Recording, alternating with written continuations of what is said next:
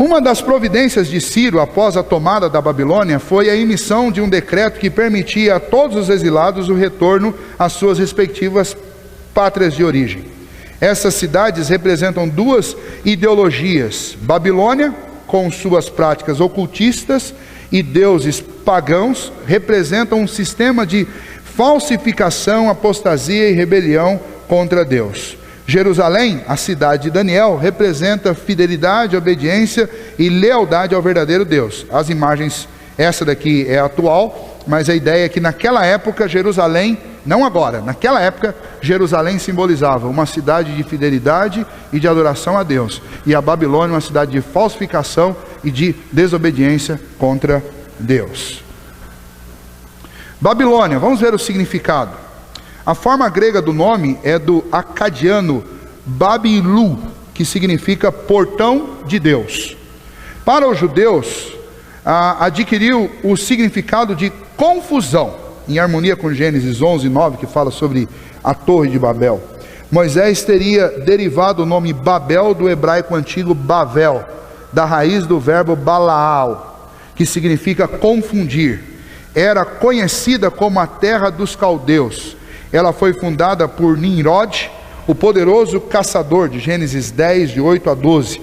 Em tempos antigos, representou o local em que se ergueu a Torre de Babel. Então, a Babilônia, ela foi construída exatamente no mesmo local onde foram fundadas e foram levantadas as bases da Torre de Babel. A cidade atingiu um considerável destaque por volta de 1800 a.C., sob a liderança do famoso legislador Hammurabi. Tem livros e tem gente que adora pesquisar e estudar sobre Hammurabi e de vez em quando fica citando frases dele. Naquele tempo a Babilônia era uma das 7 maravilhas do mundo, uma cidade planejada e bela, uma cidade fantástica. Obviamente nós não temos foto, então a gente tem alguns desenhos que as pessoas fazem de supostamente como era a cidade da Babilônia. Sobre as ruínas de Babel, ou da Torre de Babel, a cidade foi construída para usufruto de um povo devasso, violento e pagão.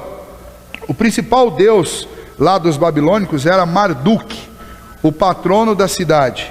A cidade tinha 58 templos dedicados a deuses importantes, 955 pequenos santuários e 384 altares de rua. Será que essa cidade é uma cidade politeísta? Então, veja a quantidade de templos numa cidade e a quantidade de altares que existiam lá. Então, essa cidade era aquele estilo de cidade que tem santo para tudo. Muito mais, se vocês olharem aí, tem muito mais do que a santologia atual, que tem um santo para cada dia do ano. Eles tinham pelo menos uns 4 para cada dia do ano, se você for contar aí a quantidade de templos que eles tinham. Adoravam também ao sol e a outros corpos celestes, dando origem à astrologia, que é reverenciada até hoje, nasceu na Babilônia. Suas muralhas tinham de 15 a 20 metros de altura e de 4 a 8 metros de espessura, e rodeavam a cidade num perímetro de mais de 20 quilômetros. Imaginou o tamanho dessa construção? A gente fica admirado com grandes prédios hoje em dia, mas é fato que o homem perdeu muito a pretensão de construir coisas suntuosas, porque o que se construía nesse período de 1000 a 1500 a.C. eram coisas extraordinárias. Haja vista quando você vê aquelas fotos, e eu não sei se alguém daqui já foi, ou se você for um dia, as fotos das pirâmides. As pirâmides são um retrato de como o homem presunçosamente gostava de construir coisas que fizessem com que as pessoas estremecessem diante, porque a construção era demonstração de poder. Então, se chegar numa cidade como essa da Babilônia, você imagine uma muralha que tinha de 15 a 20 metros de altura, de 4 a 8 metros de espessura, circundando uma cidade, um perímetro de 20 quilômetros. É muita coisa mesmo. Nessa cidade habitavam milhares de pessoas, de várias nações. As pessoas migravam para lá. É mais ou menos igual São Paulo, todo mundo quer morar lá. Então via gente de tudo enquanto é canto para morar. Fora o que eles traziam como escravos, traziam porque foram dominados. Aí no centro, esse é um outro desenho, isso é retirado de um livro. Você tem essa construção aí, E essa construção, segundo a maioria dos historiadores, é uma representação, esse desenho é uma representação proporcional. O que você está vendo embaixo, aqueles quadrados ali, são casas e prédios de 5, 6 andares. Isso é uma comparação em termos de proporção do tamanho do templo que eles construíram a Marduk, que era o patrono da cidade, exatamente sob a fundação de onde era a Torre de Babel. Então, imagine o quanto isso era suntuoso. É muito mais do que um prédio hoje. Sei lá, talvez alguma coisa parecida com as Torres Gêmeas no meio de Nova York, quando elas ainda existiam.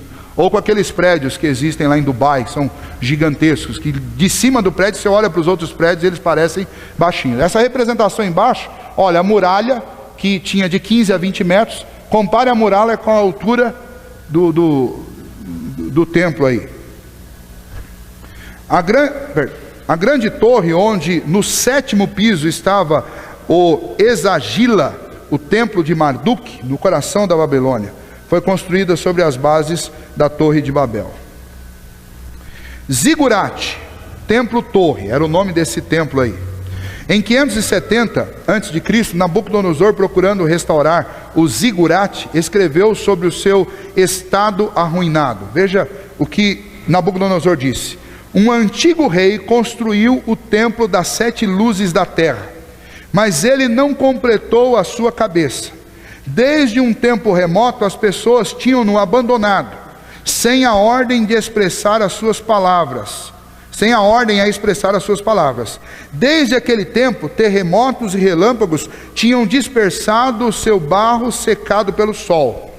Os tijolos da cobertura tinham se rachado, e a terra do interior tinha se dispersado em montes. Nabucodonosor, ele empreendeu a reconstrução desse zigurate. Marduk, o grande senhor, excitou a minha mente para reparar este edifício. Eu não mudei o local, nem retirei eu a pedra da fundação, como tinha sido feito em tempos anteriores.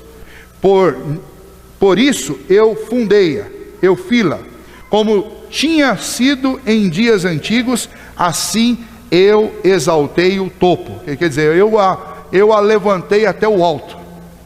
E é muito mais alto do que um prédio hoje em dia.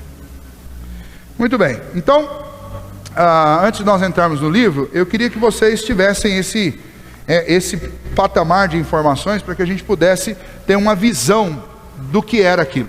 Tá? Então, quando eles trazem os judeus de lá, lembra, a maior construção dos judeus era o templo de Salomão. E embora o templo de Salomão fosse belo, segundo aquilo que é descrito a respeito do templo de Salomão, toda a altura do templo de Salomão não chegava nem no 7º andar, onde era o templo de Marduk. Não chegava nem no 7º. Então, suponhamos lá, para ser o mais otimista possível, o templo de Salomão deveria ter uns 20 metros de altura. Mais ou menos a mesma altura das muralhas da Babilônia.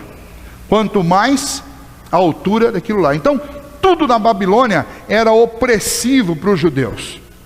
Tudo na Babilônia era uma tentativa de falsificar o que existia de verdadeiro em Jerusalém. Em Jerusalém havia o templo do Senhor, em Jerusalém havia um culto verdadeiro ao Senhor, e na Babilônia você tinha uma falsificação de tudo isso, envolta numa ostentação de poder, de força e de construções que geravam até estremecimento nas pessoas que chegavam ali. Normalmente quando a gente lê sobre Babilônia na Bíblia, a nossa mente não nos remete a isso. A gente imagina algum lugar parecido com esses cenários de filmes que nós vimos. Mas não era de fato alguma coisa extremamente suntuosa, e isso deixava as pessoas com medo. O comportamento dos judeus lá na Babilônia, a gente também não pode ser ingênuo de pensar que todo mundo lá não tinha fé, todo mundo lá não acreditava, não conhecia o Antigo Testamento, era um bando de fraco, por isso que eles estremeceram. Não, eles estremeceram num cenário que possivelmente todos nós estremeceríamos. Eles sucumbiram numa circunstância que possivelmente qualquer um de nós que está aqui hoje sucumbiria também. Então a gente às vezes é um pouco ingênuo quando a gente pega esses textos do Antigo Testamento e fala assim: como que esse povo era mau? Não, esse povo era exatamente igual a gente. E dadas as circunstâncias deles, se nós fôssemos colocados lá, talvez até fizéssemos coisas piores do que eles fizeram. E quando a gente compara, e a gente vai para o capítulo 1, então, e a gente vê esses 4 adolescentes, o que eles fizeram de fato foi algo capacitado por Deus, e o que eles fizeram foi algo para ser referência, não só na época deles, mas para nós até hoje. Porque de fato eles foram usados por Deus para mostrar que é possível você ter uma vida diferente num ambiente hostil. E Deus faz isso através daqueles 4. Mas lembrem-se, eles estavam sozinhos, só os 4. E todo o conteúdo que eles tinham do Pentateuco, dos livros históricos e de Salmos, possivelmente Eclesiastes, que eles já teriam estudado. Mas com esse conjunto de literatura e com uma vida de oração, e obviamente capacitados por Deus, eles conseguiram viver um modelo que serve de exemplo. Como eu disse para vocês desde o início, diferente de os demais heróis da fé, que você vai encontrar sempre grandes tropeços, você não vai encontrá-los na vida de Daniel. Como eu disse também, não significa que Daniel não tivesse maus pensamentos, ou talvez não errasse em alguma coisa que ele falasse, mas significa que no geral, Deus o manteve num patamar que serviu de referência para as outras pessoas. Significa que esse patamar, ele é possível, obviamente ele é obra de Deus na vida de cada um de nós. Então, nem eu posso usar os maus exemplos dos heróis da fé, que tropeçaram e caiu, para justificar os meus, apenas para explicar que é possível sim, que um cristão verdadeiro cometa alguns deslizes. Explica, mas não me justifica, porque eu também tenho uma referência de Deus, e uma insistência bíblica, tanto no Antigo quanto no Novo, de que eu dependa de Deus constantemente e busque cada vez mais viver uma vida que exceda a qualidade de vida dos outros. Esse deve ser a minha referência, o meu alvo, o meu objetivo. Eu não posso estabelecer alvo em bases insólidas. Deus deu uma referência para que eu estabeleça o meu alvo e o meu objetivo. Deus colocou Daniel e os seus amigos como essa referência. Claramente você tem uma concordância por parte de todos os comentaristas reformados de que Daniel foi posto dentro das Escrituras exatamente como uma referência para o seu tempo e para o nosso tempo, para que a gente não desanimasse, nem para que a gente simplesmente deixasse que a nossa natureza sucumbisse no exemplo mau daqueles personagens da Bíblia que caíram. Eles caíram sim, como nós podemos cair, mas isso apenas serve para explicar que a nossa natureza é pecaminosa e que se nós não cuidarmos nós cairemos, apesar de sermos amados de Deus. Mas quando Deus pensa em meta, objetivo, o que Ele espera de mim, de você, Ele estabeleceu um exemplo para ser seguido, ok?